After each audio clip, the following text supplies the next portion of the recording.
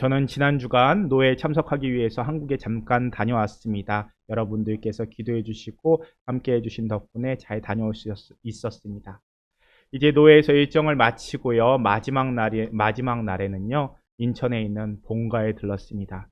기다리시는 부모님이 계시기 때문입니다. 목요일 점심까지 해야 할 일들을 마무리하고 목요일 저녁에는요. 부모님 댁으로 갑니다. 그러면요. 음식을 이만큼 해놓고 기다리고 계십니다. 어머니는 상 하나 놓는 것도 부족해서 작은 상을 하나 더 피고 이것저것 음식을 내놓으십니다. 같이 식사를 하면서도요, 무언가 생각날 때마다 일어나셔서 새로운 음식을 가져오십니다. 그렇게 당신이 드시는 것은 관심이 없으시고 자녀 입에 하나라도 더 넣어주고 기뻐하시는 모습을 보면서 이것이 부모님 마음이구나 라는 생각이 들었습니다. 그런데 어제 같은 모습을 경험할 수 있었습니다. 어제 제일교회에서요, 홍콩의 청년들이 모여서 찬양 집회 드렸습니다. 청년들이 함께 모여서 하나님 찬양하고 기도하고 말씀을 경험하는 시간을 보냈습니다. 그런데 어제 아침부터 교회가 분주합니다. 집회를 준비하는 청년들이 아니라 제일교회 여성교회 분들이 분주합니다. 마치 한국에서 저희 어머니가 그러하셨듯이 청년들에게 하나라도 더 해주고 싶어서 아침부터 나와서 손이 많이 가는 음식들을 준비하고 계셨습니다. 옆에서 지켜봐도 손발이 분주하고 힘들어 보입니다. 그런데 신기한 것은요, 그런 섬김을 부탁드린 사람이 아무도 없다는 겁니다.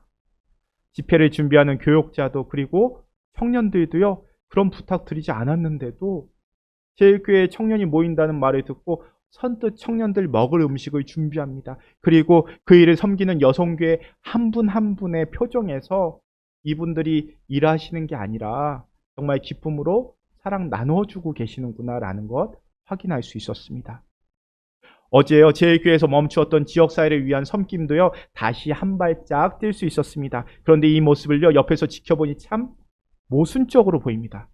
이른 시간에, 그것도 쉬는 날, 4시간 내어서 섬기는데요, 그 자리에서 또 후원금을 더합니다.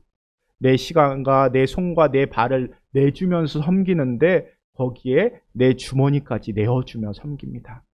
그런데 섬기는 분들의 표정이 참 기뻐 보입니다. 움켜쥐는 것이 아니라 내 손을 펴고 나누어 주는 것이 오히려 더 체험을 받는 모습이라는 것을 확인할 수 있는 시간이었습니다. 세상의 것들이 아니라 내 마음속에 있는 그 무언가를 나누어 주고 오히려 비워낼 때 우리는 오히려 하나님께서 채워주신 풍성한 마음을 누리게 됩니다. 지난주에 우리가 함께 묵상했죠. 엠마오로 가는 두 제자의 마음에 예수님께서 무엇을 채워주셨습니까? 뜨거운 마음, 뜨거워지는 마음. 그리고 막달라 마리아, 예수님의 무덤을 찾아온 그 빈 무덤 속을 찾아온 막달라 마리아, 그 마음속에 무엇을 채워주셨습니까? 그 기쁨. 세상의 것들로 우리의 마음을 채울 때가 아니라 오히려 비워낼 때 예수님께서 우리의 마음을 풍성하게 채워주십니다. 그것은 아마도요, 우리 인간의 마음 속에는 세상의 것으로 채울 수 없는 공간이 있기 때문일 겁니다. 프랑스의 철학자 파스칼이요, 그의 저서 팡세에서 이런 표현을 합니다. 제가 한 구절을 읽어볼게요. 우리의 갈망과 그 목마름에서 오는 무력함, 이것은 무엇을 말해주는가? 그것은 인간 안에 한때 참된 행복이 존재했으나 이제는 그 흔적만이, 그리고 그 텅 빈 자국만이 남아있다는 증거가 아니겠는가? 인간은 주변의 모든 것으로 그 마음을 채우려고 하지만 실제로는 그 텅 빈 마음 채울 수 없다. 그 어떤 것도 그 공허함을 채워줄 수 없기 때문이다. 왜냐하면 그 무한한 시면은 오직 무한하고 불변하는 대상, 곧 하나님만이 채워줄 수 있기 때문이다. 우리는 부활절기 보내고 있습니다. 교회는요, 예수님께서 부활하신 부활절부터 50일간의 기쁨의 50일이라고 부르면서요, 예수님의 부활을 기뻐합니다. 왜 예수님의 부활이 우리에게 기쁨일까요? 왜 예수님의 부활이 능력입니까? 예수님의 부활과 상관없이 내 삶은 여전히 바쁘고 정신없이 돌아가는데요. 기쁨의 50일은 교회 안에서만 의미 있는 것 아닐까요?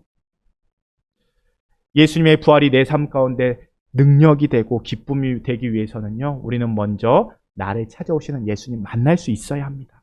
우리가 지난주에 모든 거 포기하고 엠마오로 향해 가는 두 제자를 찾아오신 예수님 묵상했습니다. 그리고 그 전주에는요, 텅 빈 무덤으로 들어가서 처음으로 부활하여 예수님 찾아오신 그 막달라 마리아도 묵상했습니다. 그런데 이 묵상이요, 교회 안에서만 의미 있는 옛날 이야기가 되어서 안 됩니다. 그렇다면요, 내가 교회 나오고 신앙생활을 하지만 풍성한 생명을 누리고 있지 못한다는 뜻이기도 합니다. 오늘 우리도 부활하신 예수님을 내 삶 속에서 만나기를 기대하면서, 아니 갈망하면서 오늘 말씀 붙잡으실 수 있기를 바랍니다. 기도하실 수 있기를 바랍니다. 하나님은요, 우리의 기도 땅에 떨어뜨리시는 분이 아닙니다. 하나님께서 우리가 간절히 구하는 그 기도, 내가 예수님 만나기를 원하는 그 기도 들어주실 겁니다. 무덤 속에서 울고 있었던 막달라 마리아를, 그리고 생명을 전하기 위해서 뛰어가게 만들었던 그 능력이, 또 모든 거 포기하고 엠마오로 돌아가던 그 두 제자를 다시금 죽을 것을 알면서도 예루살렘으로 발걸음을 돌리게 만드셨던 그 감격을 우리 삶 속에서, 내 삶 속에서도 누릴 수 있게 되기를 바랍니다. 예수님께서 이 땅에 오신 이유 뭘까요? 간단합니다. 단순합니다. 우리를 위해서입니다. 아니, 나를 위해서입니다. 오늘 말씀이죠. 오늘 말씀 요한복음 10장 10절 말씀 함께 읽어볼까요? 도둑이 오는 것은 도둑질하고 죽이고 멸망시키려는 것뿐이요, 내가 온 것은 양으로 생명을 얻게 하고 더 풍성히 얻게 하려는 것이라. 아멘.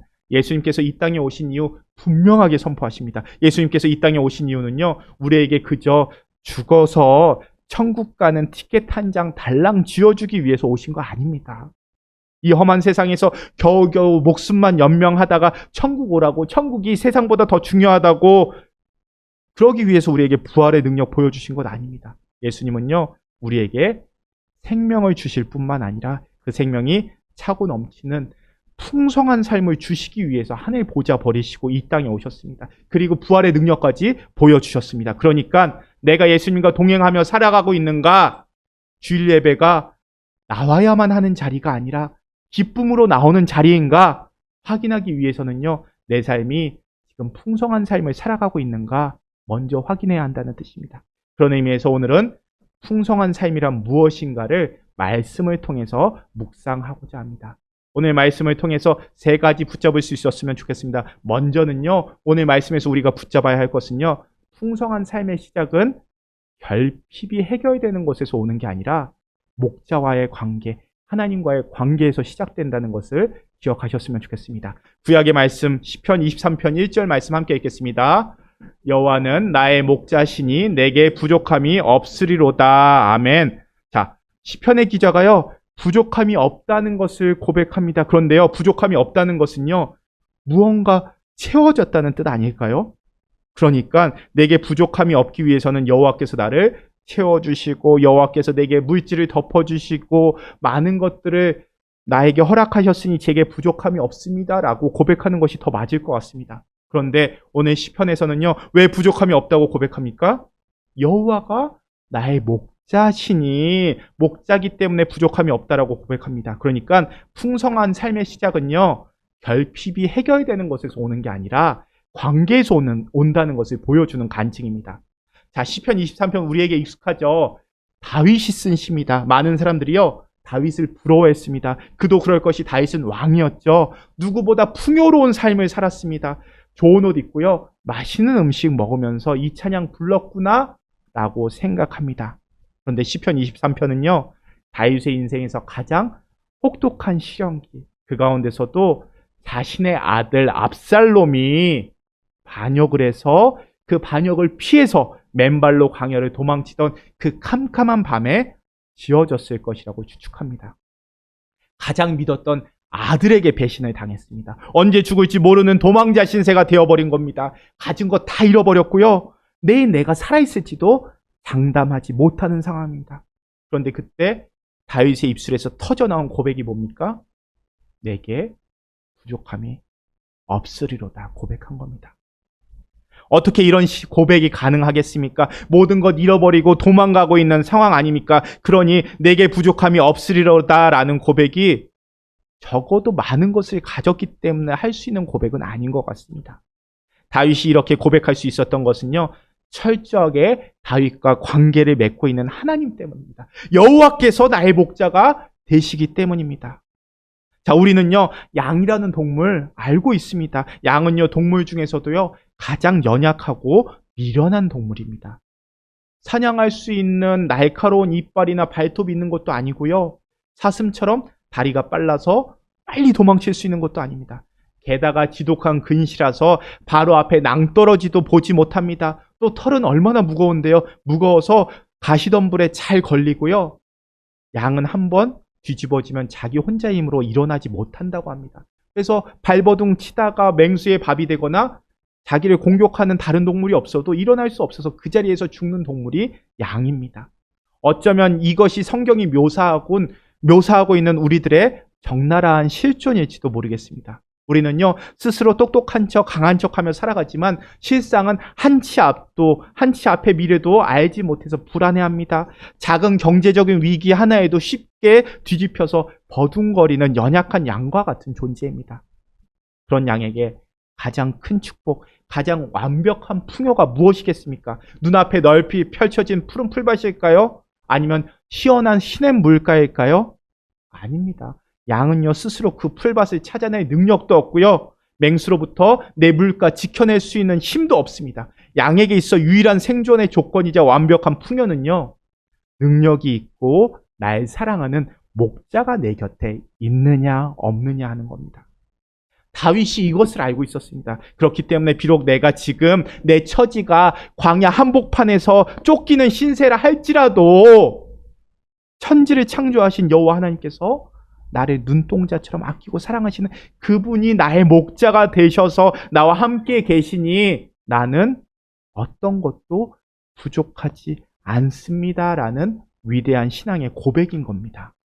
다윗의 이 고백이요, 우리의 마음에도 채워지기를 기도합니다.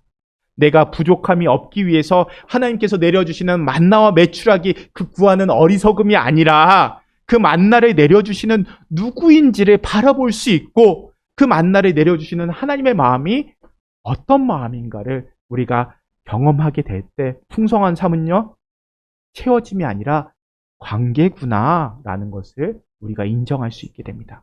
만나가 아니라 만나를 내려주시는 하나님을 볼 수 있을 때 우리 오늘 말씀의 4절 고백처럼요, 사망의 음침한 골짜기를 다닐지라도 해를 두려워하지 않을 수 있습니다. 왜요? 주께서 나와 함께 하시기 때문입니다. 주의 지팡이와 막대기가 나를 안위하시기 때문입니다. 그 하나님은요, 능력이 있으시고 무엇보다 나를 사랑하시기에 그 하나님께서 내 원수의 목전에서 상을 차려주시고 내 머리에 기름을 부어주시는 분임을 우리가 믿을 수 있기를 바랍니다. 아니 곧 경험할 수 있기를 바랍니다. 그리고요, 오늘 말씀에서 우리가 붙잡아야 할 두 번째는요, 그러한 우리의 풍요로운 삶을 누리기 위해서 우리에게 반드시 통과해야 할 문이 있다는 겁니다. 우리 오늘 말씀 요한복음 10장 7절부터 9절까지의 말씀 우리가 함께 읽겠습니다. 함께 읽습니다. 그러므로 예수께서 다시 이르시되 내가 진실로 진실로 너희에게 말하노니 나는 양의 문이라. 나보다 먼저 온 자는 다 절도요 강도니 양들이 듣지 아니하였느니라. 내가 문이니 누구든지 나로 말미암아 들어가면 구원을 받고 또는 들어가며 나오며 꼴을 얻으리라. 아멘. 자, 예수님께서 당신을 뭐라고 표현하십니까? 나는 양의 문이라. 양의 문이라고 선포하십니다. 예수님 당시에 양의 울타리가요, 지금처럼 튼튼하지는 않았을 겁니다. 울타리도 부실한데 문이라고 달랐을까요? 당시에는요, 돌을 이렇게 쌓아서 울타리를 만들고 한쪽을 틔어서요, 출입구로 사용했습니다. 그리고요, 밤이 되면요, 그 문 어떻게 닫았을까요? 목자가 그 출입구의 문에서 누워서 잠을 잡니다. 그러니까 목자가 문이 되는 겁니다. 목자의 몸 자체가 문이 되는 겁니다. 양이 밖으로 나가려고 해도 목자를 밟고 나가야 되고요. 늑대나 맹수가 안으로 들어오려고 해도 누구를 먼저 만나야 될까요? 목자를 먼저 마주해야겠죠. 예수님께서 지금 그 그림을 우리에게 보여주고 계시는 겁니다. 내가 바로 너희를 지키는 문이다 선포하시는 겁니다. 나를 통과하지 않고는 생명도 없고 안전도 없고 풍성한 꼴도 없다 말씀하시는 겁니다. 자, 그런데요, 요한복음 10장 1절을 보면요, 이문으로 들어오지 않는 사람들이 있습니다. 우리 1절 말씀 함께 읽을까요? 내가 진실로 진실로 너희에게 이르노니 문을 통하여 양의 우리에 들어가지 아니하고 다른 데로 넘어가는 자는 절도며 강도요. 자, 문이 아니라 다른 데로 넘어가는 자들 누구라고 말씀하십니까? 도둑과 강도들입니다. 이들은 문으로 들어오지 않습니다. 문을 통과하지 않고요, 담을 넘어옵니다. 그런데 이들의 목적은 하나입니다. 우리 10절 말씀도 함께 읽겠습니다. 10절입니다. 도둑이 오는 것은 도둑질하고 죽이고 멸망시키려는 것뿐이요, 내가 양으로 생명을 열게 하고 더 풍성히 얻게 하려는 것이라. 자, 문으로 통과하지 않는 존재들, 그러니까 문이신 예수님을 통하지 않고 들어오는 도둑들은요, 도둑질하고 죽이고 멸망시키기 위해서 다가오는 자라는 겁니다. 그러니까 우리는 깨어 있어야 합니다. 영적으로 깨어 있어야 합니다. 세상의 가치들이 문을 통하지 않고요, 우리들을 유혹합니다. 우리의 생명을 노리는 영적 도둑과 강도들이요, 담을 넘어옵니다. 사단 마귀는요, 세상의 화려한 문화, 성공 지상주의, 쾌락 이단이라는 옷을 입고요, 담을 넘어서 옵니다. 그리고 풍성한 우리의 마음에서 생명을 도둑질하려고 합니다. 그들이 우리에게 달콤하게 속삭이는 겁니다. 교회만 다닌다고 밥은 먹고 살겠냐? 앞으로의 시대가 예상이 되지 않는데 조금 더 쌓아두어야 되지 않겠니? 하나님께서 너의 노후를 책임져 주실까? 야, 무엇보다 한 주간 너 힘들었잖아. 열심히 살았잖아. 그럼 남들 쉴 때 너도 좀 쉬고, 남들 즐길 때 좀 너도 즐겨야 되지 않겠니? 그게 행복이고 풍성함이야. 유혹합니다. 생각해보면요, 그 말 맞는 것 같습니다.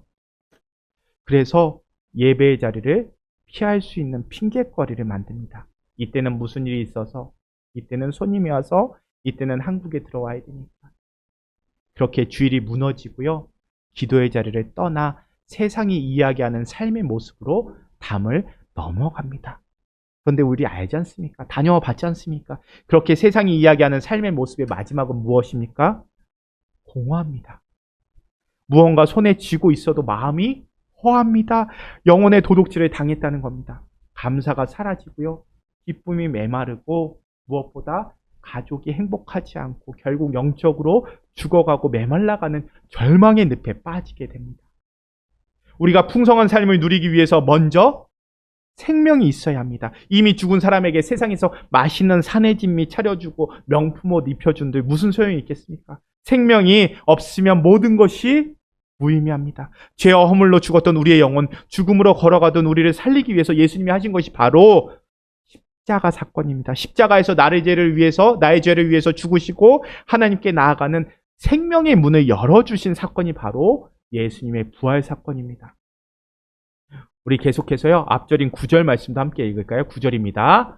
내가 문이니 누구든지 나로 말미암아 들어가면 구원을 받고 또는 들어가며 나오며 꼴을 얻으리라. 아멘. 그렇습니다. 예수 그리스도의 십자가를 의지하여 그 문으로 들어가는 자는 죄사함을 받고요, 하나님의 자녀가 되는 영원한 생명을 얻게 됩니다. 그리고 우리를 사랑하시는 목자 예수님의 인도하심과 동행하심을 누리게 됩니다. 예수님께서 예비하신 참된 안식과 하늘의 양식을 먹게 됩니다. 그러니 목자이신 예수님 안에 거하십시오. 문이신 예수님 안에 거하십시오. 그 예수님을 인정하고 그 안에 거할 때 우리는요, 세상이 줄 수도 없는 하늘의 평안과 영원한 생명의 풍성함을 누리게 될 것입니다. 그런데 우리는 이런 생각도 듭니다. 목사님, 저도 신앙생활 합니다. 교회 나오고 기도도 합니다. 그런데 왜 제가 이런 아픈 시간 경험하게 됩니까? 예수님께서 인도해 주신다고 하시지 않습니까? 그것이 주님이 주시는 풍성함이 고난이 없는 온실 속의 평안이 아니라 고난 한가운데서 경험하는 압도적인 은혜이기 때문입니다. 자, 오늘 우리가 붙잡아야 될 세 번째는요, 우리는 고난 가운데 더 하나님의 은혜를 크게 경험하게 된다는 겁니다. 우리 방금 읽었던 10절 말씀도 다시 한번 읽겠습니다.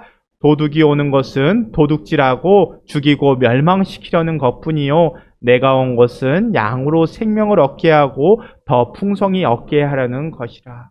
자, 여기서 풍성이라는 단어를 원어로 보면요, 단순히 양이 많다라는 뜻을 넘어서요. 기대했던 것 이상으로 차고 넘치게 상성을 초월할 정도의 엄청나게 라는 뜻을 가지고 있습니다.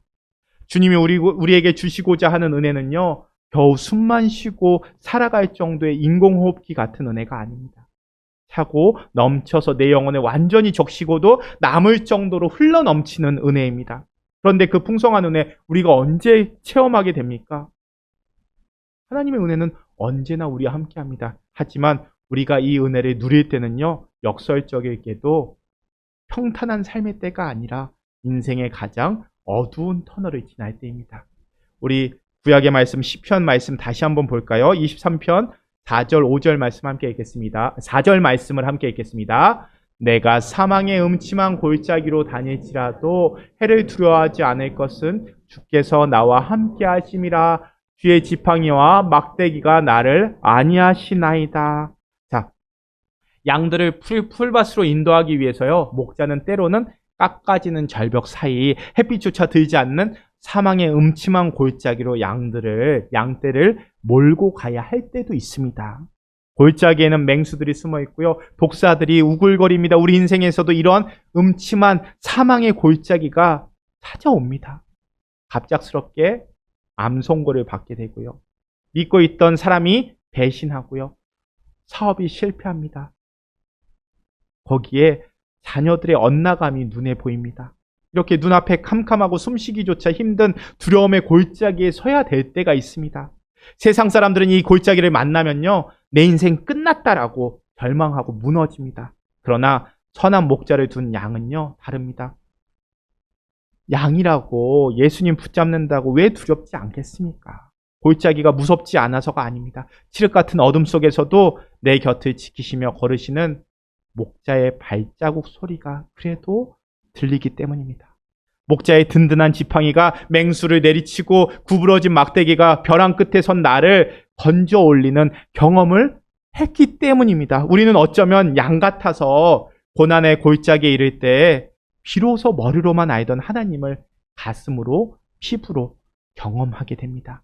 이것이 영적 풍성함의 신비입니다. 우리 이어지는 5절 말씀도 5절도 함께 읽겠습니다. 주께서 내 원수의 목전에서 내게 상을 차려주시고 기름을 내 머리에 부어주셨으니 내 잔이 넘치나이다.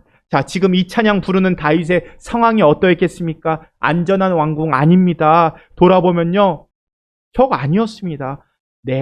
가장 내가 사랑했던 아들이었고 내 사람들이었고 내 신하였습니다. 그런 사람들이 원수로 변해서요, 내 주변에서 나를 잡으려고 우글거리고 있습니다. 당장이라도 숨어서 도망쳐야 할 긴박한 상황의 한가운데 서 있는 겁니다. 그런데 목자이신 하나님께서 어떻게 하신다고요?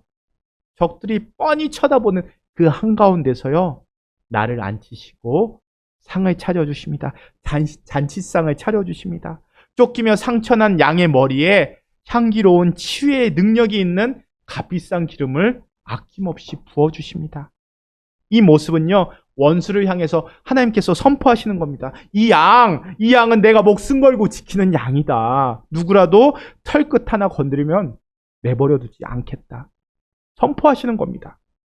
이 압도적인 하나님의 보호하심과 사랑 앞에서 다윗이 고백합니다. 그 입술에서 감격의 찬양이 터져 나옵니다. 주님, 내 잔이 넘치나이다. 사랑하는 성도 여러분, 지금 세상의 원수들이 우리에게 다가와도요, 질병이라는 원수, 가난이라는 원수, 억울함이라는 원수가 우리를 조롱할지라도 두려워하지 마십시오.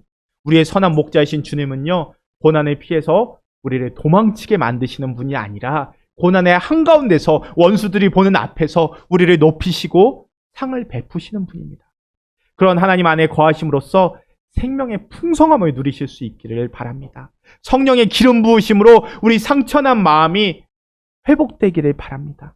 세상의 시련이 아무리 거세도요, 내 잔을 넘치게 채우시는 우리의 목자이신 주님 앞에서 그 고난들 한 길로 왔다가 7길로 도망갈 줄로 믿습니다. 이것이 예수님 안에 있는 성도들이 누리는 풍성한 삶의 모습입니다. 자, 다윗은요, 우리 말씀 23편을요, 시편 23편 마지막을요, 이렇게 고백하면서 마칩니다. 우리 6절 말씀 함께 읽겠습니다. 내 평생의 선하심과 인자하심이 반드시 나를 따르리니 내가 여호와의 집에 영원히 살리로다. 아멘. 자, 이 고백에서요, 따르리니라는 이 단어를요, 원어로 보면요, 그냥 단순히 뭔가 따라온다는 게 아니라 사냥개가 끝까지 추격하듯이 끈질기게 뒤쫓아온다는 뜻입니다. 그러니까 내가 아무리 힘이 들어서 하나님의 손을 내가 놓칠지라도, 때로는 곁길로 가고 때로는 발을 헛디뎌서 넘어지고 쓰러질지라도 하나님의 선하심과 인자하심이 나를 놓치지 않는다는 뜻입니다. 결국 하나님의 보호하심과 은혜는요, 나를 끝까지 따라와서 나를 덮칠 것입니다. 사랑하는 성도 여러분, 우리는 오늘 예배를 마치고 다시금 세상으로 파송됩니다. 세상으로 나아갈 겁니다. 파송된 사람은요, 필연적으로 세상에서 어려움을 마주하게 됩니다. 하지만 예수님이 우리의 목자라는 사실을 잊지 마시기 바랍니다. 나를 위해서, 나를 살리기 위해서 십자가에서 피값으로 나를 사시고 부활의 능력으로 나를 찾아오시는 그 예수님 만나실 수 있는 이 한 주간이 되기를 축원합니다. 나의 삶의 자리에서 여호와는 나의 목자시니 내게 부족함이 없습니다. 고백하며 예수님과 동행할 수 있는 한 주가 되시기를 바랍니다. 생명을 주시되 더 풍성히 주시는 주님의 그 크신 은혜로 말미암아서 날마다 원수의 목전에서 기름 부음을 받는 기적을 체험하고 주님, 제 잔이 넘칩니다. 고백하며 찬양하는 우리의 삶의 자리가 될 수 있기를 축원합니다. 하나님께서 여러분과 함께 하십니다. 아니, 나와 함께 하십니다. 그 하나님 붙잡으시고 좌절하지 마시고 하나님께서 주시는 힘으로 이 한 주 살아낼 수 있는 저와 여러분들, 우리 제일교회가 될 수 있기를 축원합니다. 우리 함께 기도하겠습니다. 살아계신 하나님 아버지, 주님의 은혜에 감사드립니다. 세상에 헛된 것을 목자 삼아 헤매이며 늘 목말라 하던 우리들을 불쌍히 여겨주시고 예수 그리스도를 십자가의 생명의 문으로 내어주셔서 우리를 구원하시니 참으로 감사드립니다. 주님, 우리는 눈이 어둡고 연약한 양과 같습니다. 작은 문제 앞에서도 쉽게 뒤집히고 어디로 가야 할지를 몰라 방황하는 때가 너무나 많습니다. 주님, 이 시간 다시 한번 선한 목자가 되신 주님의 옷자락을 굳게 붙잡습니다. 주님이 나의 목자 되시니 내게 부족함이 없음을 믿음으로 고백하게 하여 주옵소서. 지금 사망의 음침한 골짜기를 통과하며 눈물 짓는 성도들이 있습니다. 주님, 두려움을 제하여 주시고 주의 지팡이와 막대기가 안위하시는 기적을 체험하게 하여 주옵소서. 우리를 억누르는 원수의 목전에서 보란듯이 잔치상 베풀어 주시고 상처난 심령 위에 성령의 기름을 흠뻑 부어 주옵소서. 그리하여 우리 입술에서 주님, 제 잔이 넘칩니다 라며 승리의 찬송을 부를 수 있게 하여 주옵소서. 주님, 이 한 주간도 하나님의 선하심과 인자하심이 우리의 삶을 추격하여 덮으실 줄로 믿습니다. 도둑의 음성 분별하게 하시고 오직 생명을 주시며 더 풍성히 주시는 선한 목자 예수님의 음성만을 따라가는 복된 삶이 되게 인도하여 주옵소서. 언제나 우리를 이끄시고 인도하시는 예수님의 이름으로 기도합니다. 아멘.